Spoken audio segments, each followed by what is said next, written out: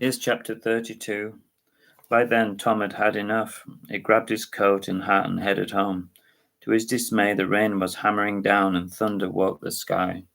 The last bus shot past him as he sank his shoe into a deep puddle.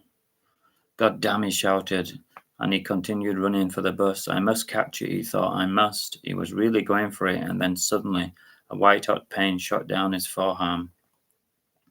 His briefcase fell to the ground and his papers sank into an oily puddle and the colours bled into the water.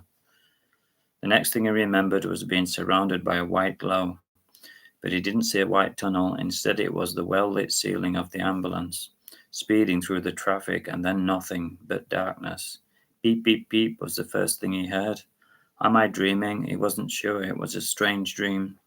Slowly, ever so slowly, a clearer picture emerged. A large circular light glowed above him like a spaceship, and then a chair appeared in the corner. He tried to move, but something was holding him down. He had wires attached, and he felt like a marionette. He opened his eyes wider to see a figure before him. It was Polly. She was smiling, and he could feel the love coming off her like a wave. It slowly dawned on him that he must have had some kind of stroke or heart attack. It was terrifying. As Polly held his hand, everything in the room came slowly back into focus. A nurse came in to check the monitors he was plugged into. He realized he probably wouldn't be going back to work, and his mood momentarily darkened. He wasn't sure if he could take any more disappointments, but when he looked into Polly's kind face, he could see a light of hope. It was frustrating being laid in bed and not being able to get out and about. The nurse explained to him that he'd had a heart attack and that he would be being monitored for the next few weeks. He was so happy Polly was there, he didn't think he could have pulled through without her. Like an angel, she held his hand and comforted him. His eyes filled with tears, but they were tears of joy.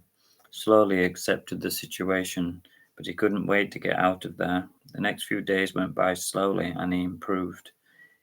Step by step, he started to listen to the radio and take an interest in the outside world again. Polly told him she had a surprise for him when he got better, and this spurred him on. He concentrated on his reading, and this took his mind off his illness and the boredom of being bedridden. Each book took him on a flight of fancy, and he felt himself transported far from his hospital bed.